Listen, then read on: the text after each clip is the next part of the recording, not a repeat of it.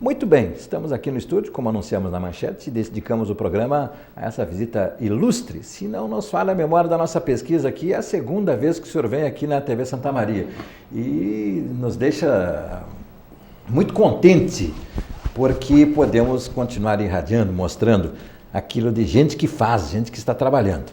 Aliás, eu estava lhe perguntando aqui, 2014 foi aquele almoço que o senhor apresentou no restaurante Augusto para as autoridades, com muito ceticismo naquele meio-dia, dada a grandiosidade da obra que se desenhava, se projetava da travessia urbana. Deputado Paulo Pimenta, boa tarde. Boa tarde, André. Boa tarde, queridos amigos, amigas, comunidade santamarense. É um imenso prazer poder estar aqui contigo, né? E a TV Santa Maria hoje tem essa grande audiência, né? E uma oportunidade de a gente poder falar um pouquinho sobre as coisas da cidade, né? Todo mundo sabe que, independente de eu cada vez mais ter assumido tarefas nacionais, eu estou cotidianamente ligado às coisas de Santa Maria, né? E a travessia urbana hoje, né, André, é a grande obra que a gente toca, né? Quando eu assumi como deputado federal, eu tinha um desafio que era fazer a faixa de Rosário, Santa Maria Rosário. Perfeito. Bela lembrança. E naquela época as pessoas diziam assim, Pimentinha, não te mete nisso aí.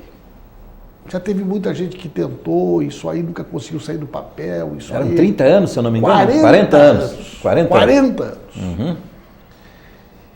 E quando eu assumi aquele desafio, e a gente conseguiu sensibilizar na época o presidente Lula, a Dilma era chefe da Casa Civil, para incluir no PAC, nós fizemos em 18 meses, André.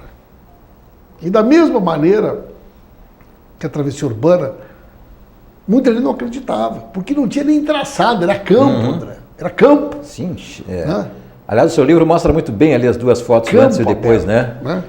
Um areião. Então eu tenho um enorme orgulho dessa obra, né, da BR-158, a faixa de Rosário. Quando concluiu a faixa de Rosário, né, nós percebemos que Santa Maria, que já é um entroncamento rodoviário importante, ganhou mais tráfego. E nós precisávamos de uma via expressa no entorno da cidade. E eu comecei a falar então na ideia da travessia. Uma obra ela não acontece por acaso. Uma obra ela tem que ser pensada, ela tem que ser planejada, ela tem que ser projetada. E muitas vezes mãos. Isso leva anos. Por isso que hoje eu já ando falando da duplicação para Porto Alegre.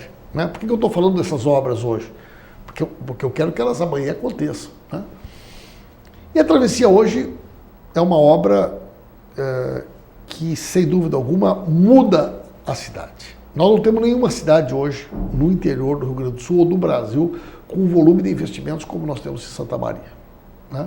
São 14 obras de arte. Viadutos como esse do Castelinho, que já está pronto, né? Da Walter Jobim, do acesso a Tancredo. Mexeu com a autoestima dos santamarenses? É uma obra maravilhosa, porque ela é uma obra que traz segurança. Ela é uma obra bonita. Vários desses viadutos vão ser pontos turísticos. Esse viaduto da Uglione, André, é um viaduto de 3 níveis, estaiado. Isso é uma obra maravilhosa. A questão da ciclovia, a questão da iluminação, então é uma obra bonita, segura. E veja bem, não tem um centavo de dinheiro no município. 100% são dinheiro que a gente busca fora. Gerando emprego, trazendo desenvolvimento. Olha, a duplicação Porto Alegre-Pelotas está praticamente parada. A 290, Eldorado, Pantano Grande, está parada. A segunda ponte do Guaíba, parada. E a única obra que nunca parou, André. Como é que o senhor conseguiu isso? Trabalhando. Porque geralmente o senhor é instado a dar entrevista nas rádios dizendo, vai parar a obra. Eu sempre disse que vai parar a obra, né? Você não para. Você não para. E conseguiu sempre manter isso. O pessoal muitas vezes não entende.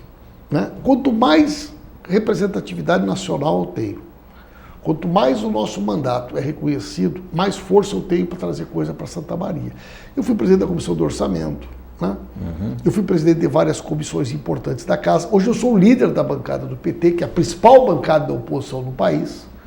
Né? Então, quanto mais força nós tivermos politicamente, mais Santa Maria usufrui da força do nosso mandato. Mais o reitor vai poder aproveitar para abrir as portas junto ao Ministério da Educação, mais o hospital universitário vai ter força de apoio, né? Mais investimentos para pavimentação, né? Para melhorias na área da saúde, como tem ocorrido em Santa Maria, vão acontecer. Então, esse trabalho que nós construímos ao longo do tempo, que permitiu que eu fosse o deputado mais votado, mesmo sendo do interior, que é uma coisa muito difícil, é o que proporciona que as coisas aconteçam. E a travessia está aí, né? Basta que as pessoas olhem, né? E eu sou muito grato pelo carinho de Santa Maria no reconhecimento da importância dessa obra, André. Tem uma denominação na Câmara que se diz o baixo clero, que são aqueles deputados que têm maioria, têm número, mas não conseguem emergir, não conseguem ter a visibilidade nacional. E o senhor, nesses mandatos, tem conseguido, chegou agora, por exemplo, não é nada desprezável, é significativo essa representação da liderança do PT na Câmara. E isso reflete de uma maneira bastante forte, bastante significativa. Como é que é essa escalada aí, deputado? Olha, André, isso não é fácil. A gente vê que tem deputado que sai do mandato sem ter conseguido chegar a uma... Eu fui presidente da Comissão de Orçamento, que é uma comissão mista do Congresso Nacional, que é a comissão mais importante do Parlamento brasileiro, né? Chegar à liderança da bancada do PT, para mim, é um orgulho e uma enorme responsabilidade. Não tem a dúvida. Agora, eu sou uma pessoa que tenho, com certeza, muitos defeitos, né? Mas algumas qualidades. Entre elas, eu trabalho muito, né, André? 8 horas da manhã eu já li todos os jornais, todos os sites, já estou com a minha agenda organizada, não tenho sábado, não tenho domingo, né? Uma dedicação permanente ao trabalho do mandato, em todo o Estado, no país. E isso vai proporcionando credibilidade. Eu procurei sempre também na minha vida ter, né, uma coerência nas minhas posições. Tu sabe que eu sou uma pessoa que tenho meus princípios, né, defendo aquilo que eu acredito. O que não se pode chamar de radicalismo? Claro que não, né? Mas, pelo contrário, eu sou uma pessoa que tem muito diálogo com a oposição. Não, quem chega a uma liderança como essa tem que negociar, e aqui né? na cidade também, né? Eu dialogo com todo mundo. Mas eu nunca fui um cara de, né, bater as costas, né, para puxar saco de ninguém, né? Eu sempre fui um cara que as pessoas aprenderam a reconhecer e respeitar, tendo posição, né? Tipo, aquele cara, tu é colorado ou é gremista? Eu sou dos dois. Não, eu não sou assim, né? Tu gosta de chá ou de café? Eu gosto dos dois. Não, eu acho que as pessoas, elas têm que ser muito autênticas, né? E a relação com a população, ela tem que ser uma relação de sinceridade, uma relação de transparência. Mesmo que às vezes, né, você defenda ideias e opiniões que elas sejam polêmicas, mas não é por isso que eu vou deixar de ter, né? Então, nem que isso lhe custe a visibilidade a nível nacional no noticiário da principal emissora de jornalismo do país, quando o senhor vai lá e escreve os artigos que escreveu? Com certeza. Eu acho, por exemplo, né, que a Rede Globo de televisão hoje é uma das grandes responsáveis por esse cenário de instabilidade que o país vive. O Brizola disse isso quanto tempo, né?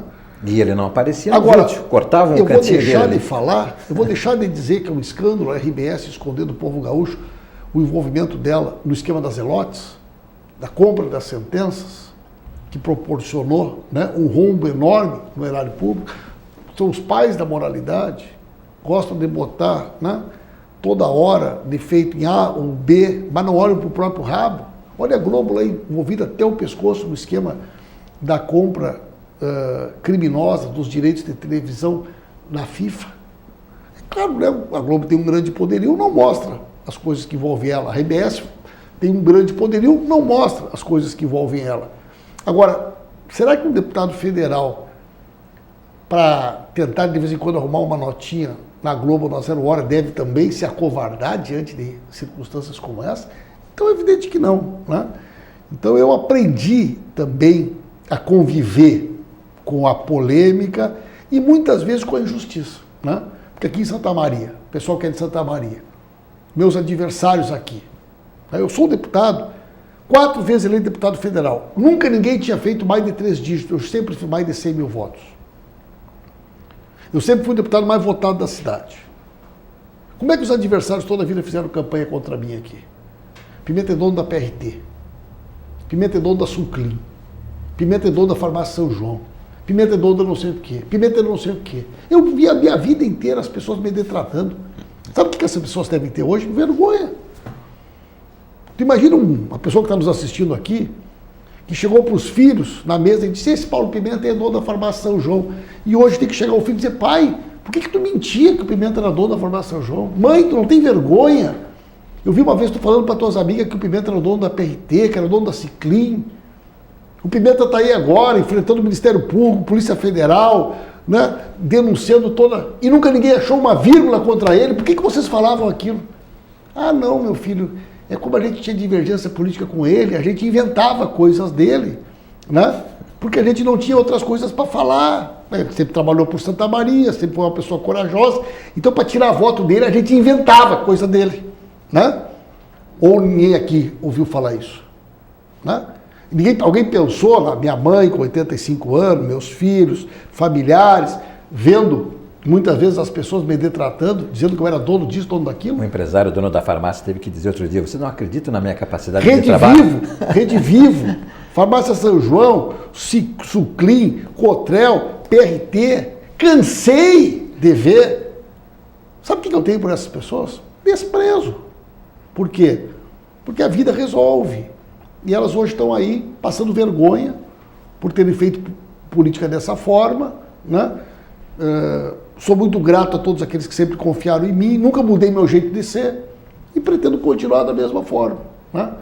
Quando eu jogava futebol no Amador aqui durante tantos anos, o pessoal dizia, pô, nunca vi deputado federal de pé descalço, jogando futebol.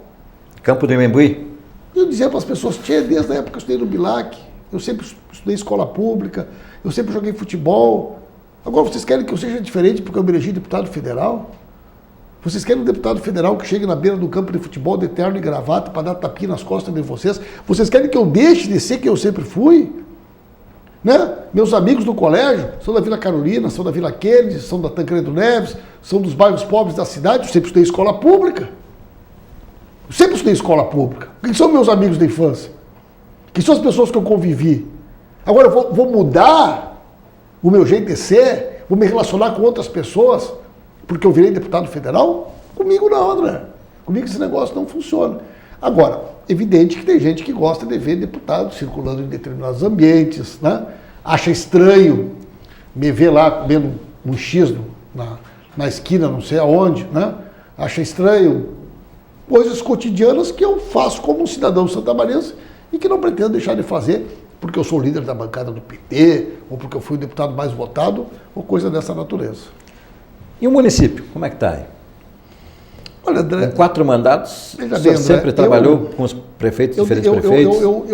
Dois prefeitos, Valdecir, Schirmer. Eu já trabalhei com todos os partidos. Farré, Oswaldo Nascimento, César Schirmer, Valdecir, Pozobon agora. Eu nunca deixei de trabalhar para trazer recursos para Santa Maria. Né? Eu entro em qualquer bairro da cidade, qualquer vila da cidade, a qualquer horário do dia. E eu vou te dizer o que a gente trouxe para a cidade, para pavimentação, para saúde, para infraestrutura, para iluminação. Né? Eu tenho muito orgulho da minha relação com Santa Maria. Eu fui candidato a prefeito de Santa Maria. Vocês sabem disso, perdi uma eleição. Foi lá em 1996. O Valdecir ganhou 2 vezes, fazendo em torno de 33% dos votos. Quando eu concorri para prefeito, né, você juntou o Schirmer, o Pozobon e o Farré contra mim. Eu fiz quase 50% dos votos. E não fui eleito prefeito. Né? Às vezes eu fico pensando naquela campanha. A abertura da campanha do Schirmer, na televisão. Apareceu uma vinheta eletrônica com um túnel na Floriano Peixoto por baixo da Presidente Vargas. Parecia assim uma máquina, um computador. E a população ficava maravilhada. Aí depois apareceu uma outra vinheta eletrônica do Schirmer, um túnel na Tuiuti por baixo do acampamento. Que acampamento? Né? Depois aparecia uma coisa assim no computador que ia duplicando a Duque da Medianeira até a Fiat. Tudo duplicado, com canteiro. E o Schirmer ia para a televisão e dizia, o que falta é capacidade, o que falta é competência, soluções urbanas, temos que pensar grande, vamos fazer os túneis, vamos duplicar. E eu tinha sido vice-prefeito, tinha sido secretário da Fazenda, eu sabia o que a cidade podia ou não podia fazer. Né? Quer dizer, eu não me animava a mentir daquela maneira, porque eu sabia o que a cidade podia fazer. O Schirmer dizia, vou acabar com o esgoto a céu aberto, nenhuma casa na cidade vai ter esgoto. Eu dizia, prefeito, é muito difícil, o Schirmer, é impossível, isso custa muito dinheiro, envolve a Corsã. Não, o que falta... E o povo, né? Então, quando as pessoas criam uma ilusão, elas criam também uma enorme decepção. O problema de Santa Maria hoje, né? E eu perdi a eleição para prefeito, como o Valdeci perdeu agora também, mas sem mentir, sem prometer aquilo que a gente não podia cumprir. Diga-se que o Valdeci ganhou e perdeu, né? Ele ganhou no primeiro turno, mas no segundo turno Valdeci, deu a junção de forças que deu contra o que o senhor citou agora há pouco, o Valdeci hoje é que nem aquela música, Saudade do Meu Ex. O Valdeci anda na rua, eu ando na rua com o Valdeci, só que eu vejo pessoas, pelo amor de Deus, Valdeci, pelo amor de Deus. Porque, veja bem, o prefeito, esse prefeito que está aí, pouquinhos dias antes da eleição, ele botou um secretário de saúde para o estado, dizendo o seguinte: dia 8 de janeiro de 2017 eu vou abrir o hospital regional. Não foi nós que dissemos. Então, de presente. Foi ele. E mentiram para a população que o atendimento ia ser todo pelo SUS, de graça. Agora estão anunciando aí um hospital privado, que vai ganhar dinheiro em cima do hospital que foi construído com verba pública. 100% do hospital regional foi construído com dinheiro público. Estão entregando agora, o Sartori está entregando, o Schirmer está entregando, o Poço Bom está entregando para uma empresa privada que vai administrar a saúde de Santa Maria. As pessoas, metade dos leitos lá vão ter que pagar, tudo com dinheiro público. Aí chegava na televisão de um dos programas de Santa Maria, um inchaço, tem muito cargo de confiança, tem muito não sei o que lá. O cara subiu e encheu o cargo de confiança. Quer dizer, o que a população pensa? Vê. Então é muito melhor tu falar a verdade, dizer o que é possível, o que não é possível.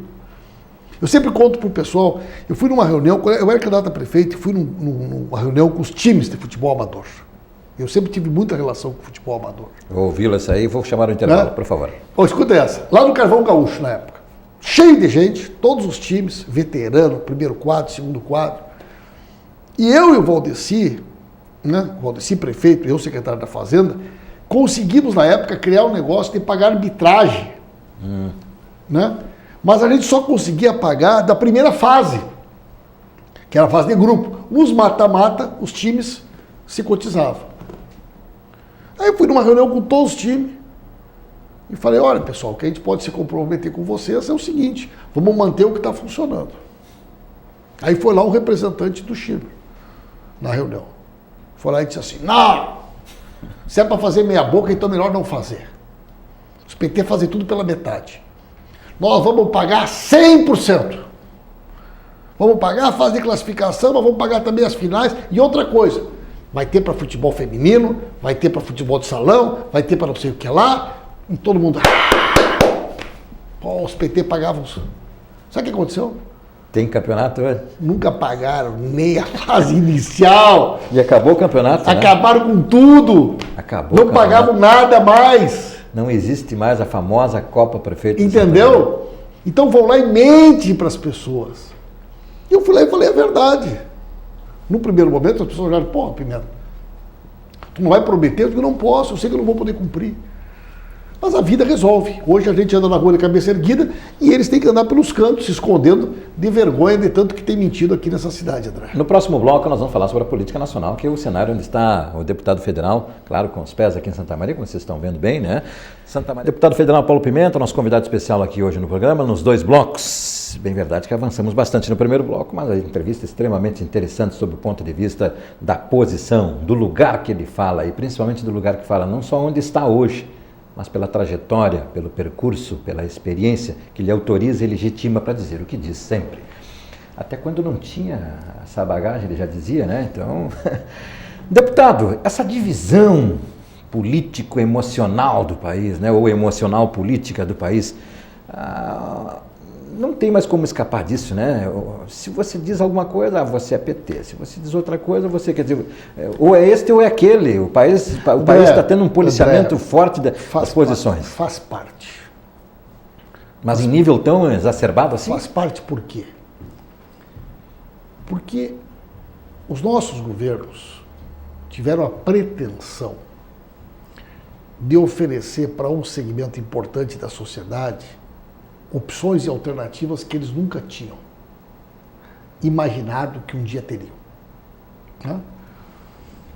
sociedade brasileira é uma das sociedades mais desiguais do mundo. 6 famílias detêm mais de 50% da renda do país. Então, tu sabe como é que é aquele negócio? Todo mundo vai no churrasco. Uns vão para comer a carne, os outros vão para lavar os espetos. Tá? Então, enquanto quem estava comendo a carne tinha o pessoal para lavar os espetos, fazer o fogo e limpar tudo depois, estava tudo muito bem. Quando o pessoal resolveu também comer um pouquinho do churrasco, aqueles que antes eram de dono da carne toda, disseram, opa, isso aqui é para nós. Empregada doméstica com carteira assinada? Como assim? Empregada doméstica com fundo de garantia, com férias, com jornada de trabalho? O que os PT estão querendo fazer? Filho de trabalhador e de trabalhadora na universidade, cursando medicina, cursando engenharia. Mas desde quando? A universidade sempre foi um espaço reservado para a elite. Os cursinhos pré-vestibular, quanto custava conseguir entrar numa universidade de medicina, de engenharia? Seria um preconceito social, então, que está provocando essa divisão? Tu conhece algum médico negro, com exceção dos médicos do Mais Médico? Tu conhece algum médico negro? Médico negro, me ajuda aí, Daniel. Eu não conheço nenhum. Tu conhece algum dentista negro? Tu conhece algum engenheiro civil? Dentista negro, eu conheci lá em Itaqui o doutor Januário Paulo Macedo Teixeira, falecido. Tu conta nos dedos. Tu conhece algum procurador federal negro? Procurador federal? Nós tivemos um juiz aqui, né? Tivemos um juiz, doutor Jairo. Sim, mas exatamente. Quantos juízes nós conhecemos na nossa vida? Sim, por favor. A gente lembra de um. Tu conhece algum grande empresário do Brasil negro? Tu conhece? Tu já entrou numa... Eu não me lembro de ter tido na minha vida alguma professora ou algum professor negro. Eu não me lembro. Na universidade, com certeza, não tive. Mas olha... Por que isso? Os negros são a maioria da população brasileira. Então, veja bem. O Brasil sempre dividiu mal. E o Lula teve a pretensão. Os negros e os brasileiros também, né? Veja bem. Porque há uma certa estigma social. A minha pele que é de nós que somos, índico, né? negro. O pessoal dizia os bugre, os pelo duro. Isso aí, lá da fronteira. Né? Minha mãe é do Alegrete, meu pai é de Dom Pedrito, família da mãe de Itaqui, tu sabe disso. Então, cara, quando começou esse negócio de pobre comprar carro, reformar casa, ir para a universidade, andar de avião, de cada 3 brasileiros, 2 que andou de avião foi, pela primeira vez foi depois que o Lula virou presidente. Então isso mexeu. E, infelizmente, isso despertou também, do ponto de vista ideológico, uma enorme resistência. Sabe que o Brasil está vivendo agora um surto de febre amarela, muito sério. Mas aliás, igual, as pessoas estão em pânico, né? O que são aquelas filas? Mas eu fico em pânico quando eu me lembro da febre verde e amarela que abateu o Brasil aqui uns 2 anos atrás. Da panela? Rapaz, a febre verde e amarela, as pessoas perderam a capacidade de raciocinar. Pegavam panela e camiseta da seleção brasileira e saíam para a rua e dizer que idolatravam o Aécio Neves e o Eduardo Cunha. A febre verde e amarela, eu não sei se foi a Rede Globo que causou, mas as pessoas pararam de pensar. Imagina aquele pessoal, Tchê. Pode ter sido um refluxo social, como o senhor está dizendo bem? A febre, sabe qual era a vacina para a febre verde e amarela? Era a capacidade crítica, a humildade, a tolerância, valores que o Papa Francisco fala muito. Né? A solidariedade. Então a falta desses valores foi a vacina que faltou para a febre verde e amarela. Imagina o seguinte, a Dilma foi afastada da presidência da República. Por quê? Há 3 decretos de antecipação de créditos orçamentários. Muito bem, a Dilma foi afastada. Era tão difícil de explicar tecnicamente que se apelidou de pedalada fiscal. Foi afastada a Dilma para quê? Para assumir o Gedel Vieira Lima, o Henrique Eduardo Alves, que está na cadeia, o Romero Jucá, o Eliseu Padilha, o Moreira Franco, o Michel Temer, a filha do Roberto Jefferson. Foi para isso que a Dilma foi afastada. Foi para isso que as pessoas... As pessoas andavam com aquela camiseta, eu não tenho culpa, eu votei no Aécio. O Aécio foi pego pela Polícia Federal com 2 malas, com um chip filmado, R$2 milhões só de uma propina. Está solto. Em casa. Rodrigo Rocha Loures, aquele que correu com a malinha, 500 mil por semana ele pegava, 500 mil por semana, filmaram uma vez. Sabe onde é que está o Rodrigo Rocha Loures? Está solto. Em casa. Eike Batista. Sabe onde é que está? Está em casa. Solto. Arthur Nussmann, aquele das Olimpíadas, que pegaram com não sei quantas barras de ouro. Sabe onde é que está? Está solto. Está em casa. Então, percebe o que se produziu nesse país. Em primeiro lugar, em termos de seletividade. Né? Uma cortina de fumaça, como se nós tivéssemos hoje, né, uma ação inédita de combate à corrupção. Diga-se de passagem, se a Polícia Federal, se o Ministério Público Federal, se o Poder Judiciário hoje tem a força e a independência que tem, foi por leis que foram aprovadas nos nossos governos. Então nós temos hoje no Brasil uma enorme seletividade. E qual é o resultado disso? O aumento do desemprego. Né? Aliás, a questão da Polícia Federal é enigmática, né? E agora, André? Pois é, veja só.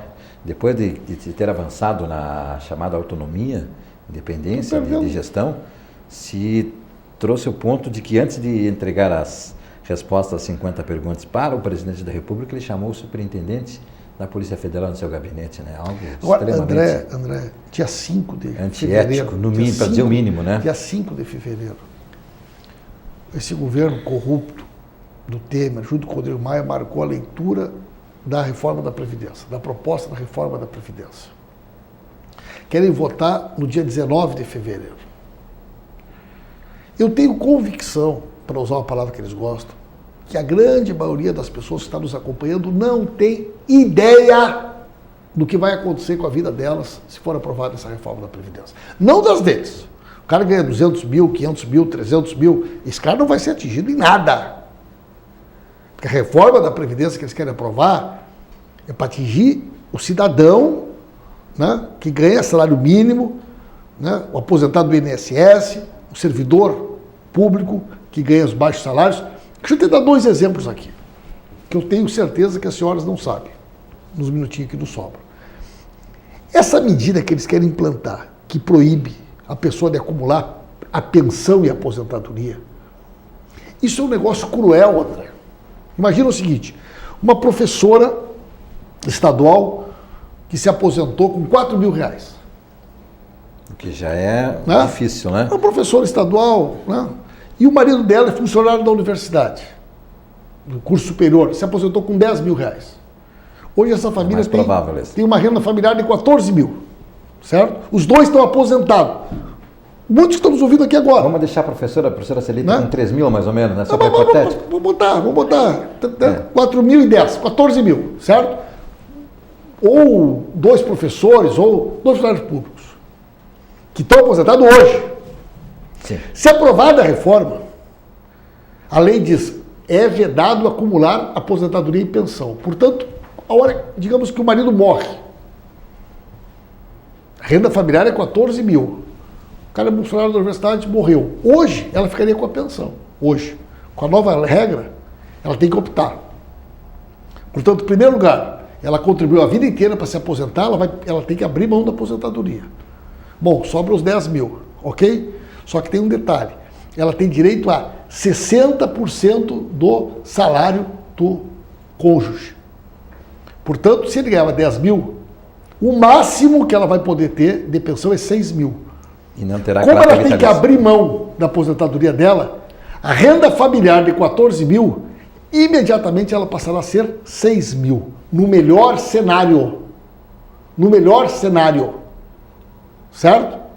Sim, porque ainda tem uma combinação de que ela poderá não ser mais vitalícia, tem um prazo. Exatamente, mas veja bem. Então eu estou falando aqui de coisa real. A pessoa diz, não, mas nós estamos aposentados, não vai nos atingir. Não vai nos atingir agora. Mas na hora que um faltar, imediatamente a renda familiar cai para 1/3. Vamos pegar um outro exemplo, rapidinho. Uma senhora que está entrando no mercado do trabalho hoje, que é comerciária. Ela tem 20 anos. Idade mínima, 62. Então ela vai ter que se aposentar com 62 anos, 42 anos de contribuição na carteira. 42 anos. Por quê? Porque a média da aposentadoria não vai ser mais pelas 80% das melhores contribuições, mas por todas as contribuições. Sim. Só que tem um detalhe, André. A lei diz o seguinte: cada vez que o IBGE apurar que houve um aumento da expectativa de vida da população, automaticamente aumenta a idade mínima. Nos últimos 70 anos do Brasil, a cada 10 anos, aumentou 1 ano a expectativa de vida. Portanto, daqui a 40 anos, quando ela tiver 60, que ela está chegando perto de 62, a expectativa não vai mais ser essa. Consequentemente, a idade mínima já foi para 66. Então, uma pessoa que é comerciária, ela vai se aposentar com 66 anos, se ela tiver 46 anos na carteira. Agora, tu imagina um trabalhador da construção civil, que faz uma obra e para, tem que arrumar uma outra obra. Tu imagina um senhor de 70 anos, de 65 anos, batendo numa obra, pedindo para ser contratado. Você acha que o mercado de trabalho vai absorver uma pessoa de 65 anos, de 70 anos? Essa proposta desse governo é para que ninguém nunca mais se aposente. Por isso que nós vamos derrotar esta reforma aí, em fevereiro. Né? E eu estou trabalhando para isso, André. O que eu acho que até para colaborar com o telespectador, não se traria um projeto desse se não tivesse já urdido, né, trabalhado, apresentado da forma como foi, sem debate com a sociedade, sem setores. Quem quiser fazer uma reforma da Previdência tem alguém que trouxe, pega esse pacote aqui na campanha eleitoral e ser eleito para fazer a reforma. Tem que ter legitimidade. Tem que ter legitimidade, totalmente, sim, espúrio. Só por esse aspecto ele já é espúrio. Preciso fechar o programa, não sem antes de dizer do dia 24, deriva toda essa divisão e a CIRRA acaba, é possível falar em 3 minutos, o 24 de janeiro? Com certeza. Eu acredito que o presidente Lula será absolvido. Né? Não há outra decisão que o tribunal possa adotar. É mesmo? Por quê?